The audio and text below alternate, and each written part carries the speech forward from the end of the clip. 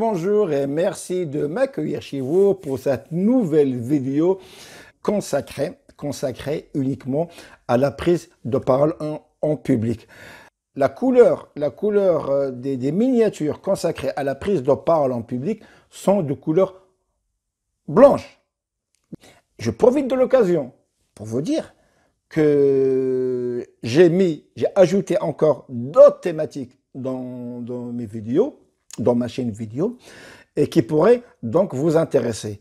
Alors maintenant, je vais commencer à publier, c'est déjà fait, je vais commencer à publier des vidéos concernant le stress, l'anxiété et la dépression. Vraiment, je parle de ça parce que malheureusement, j'ai vécu ça et je pourrais donc partager avec vous de mon expérience. Le deuxième sujet, la deuxième thématique concernant la neuroéducation, c'est-à-dire bien comprendre le cerveau pour mieux enseigner. Et ce sont des techniques extraordinaires pour améliorer l'apprentissage chez vos enfants. Donc, vous allez voir, c'est hyper intéressant. Et puis, la troisième thématique que j'ai rajoutée, c'est le développement personnel. Mais, il y a un grand mais là-dedans, c'est que le développement personnel n'est associé au cerveau. Et vous allez voir, vous allez comprendre, vous allez même être étonné que tout ce qu'on vous raconte sur le développement personnel, c'est du blabla.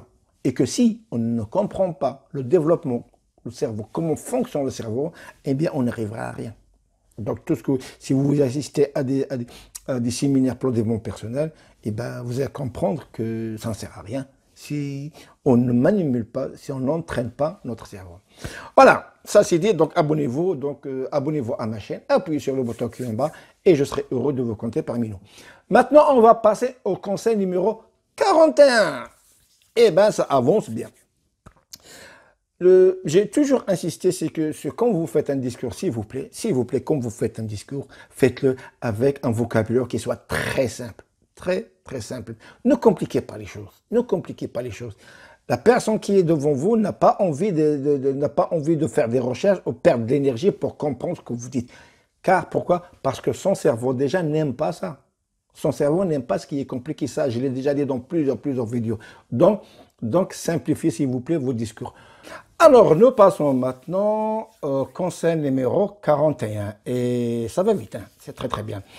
Alors, donc, c'est un conseil donc, que je donne très souvent à mes stagiaires et qu'il faudrait absolument le mettre dans votre tête.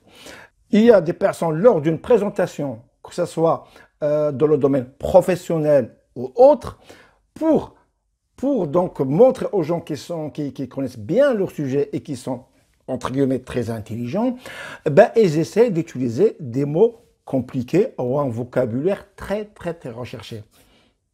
Mais votre but, si vous êtes dans une réunion où vous devez présenter donc un rapport, votre but n'est pas d'impressionner les gens par votre littérature. Non, votre but est de transmettre fidèlement votre idée et surtout de convaincre. Donc sachez que le vocabulaire incompréhensible ou très recherché n'impressionne personne à part vous. Vous n'êtes pas là pour faire un cours de littérature. Si c'est le cas, effectivement, il faut utiliser un vocabulaire recherché. Si vous êtes devant des personnes que vous connaissez ou que vous estimez qu'ils sont ils ont assez de vocabulaire pour comprendre vos mots, dans ce cas-là, pourquoi pas? Mais que vous ne connaissez pas la composition de votre auditoire, alors utilisez un mot simple. Voilà. Conseil numéro 42, qui est en relation avec le conseil 41, que se passe-t-il si vous utilisez des vocabulaires très recherchés ou incompréhensibles? Et surtout si vous utilisez des abréviations. Alors, quand vous utilisez un mot très compliqué ou des abréviations, les gens ne vont pas comprendre. Ils vont peut-être la première fois vous poser une question. Qu'est-ce que cela veut dire? Une première fois, une deuxième fois, mais la troisième fois, ils ne vont plus le faire. Ils vont se dire, est-ce que j'ai l'air d'être imbécile? Parce que personne ne pose la question par moi, il ne va pas poser cette question. Et tout le monde de l'auditoire pense la même chose. Donc, ce qui va faire, c'est que ces gens-là, au lieu de vous écouter, de comprendre et de poser des questions, bon, magie de Dieu, ils vont Facebooker, ils vont WhatsApper. Et là, votre discours ne va certainement pas passer. Alors, si vous dites par exemple, en utilisant la technique RP25 suivi du suivi d'une évaluation au niveau de PQ RTDS, franchement, qui c'est qui va comprendre? À part vous, qui c'est qui va comprendre? Sauf, bien sûr, si vous êtes dans des personnes qui connaissent bien le sujet. Mais sinon, simplifiez la chose. Simplifiez la chose. Même donc, quand vous avez donc des mots techniques, essayez de les simplifier, de les vulgariser. Conseil numéro 43. Pour convaincre, soyez compris. Si d'abord vous voulez convaincre, il faut que le message que vous avez transmis soit compris par les autres. Sinon, vous allez convaincre qui? S'il ne comprend pas ce que vous dites. D'abord, pour convaincre, soyez compris.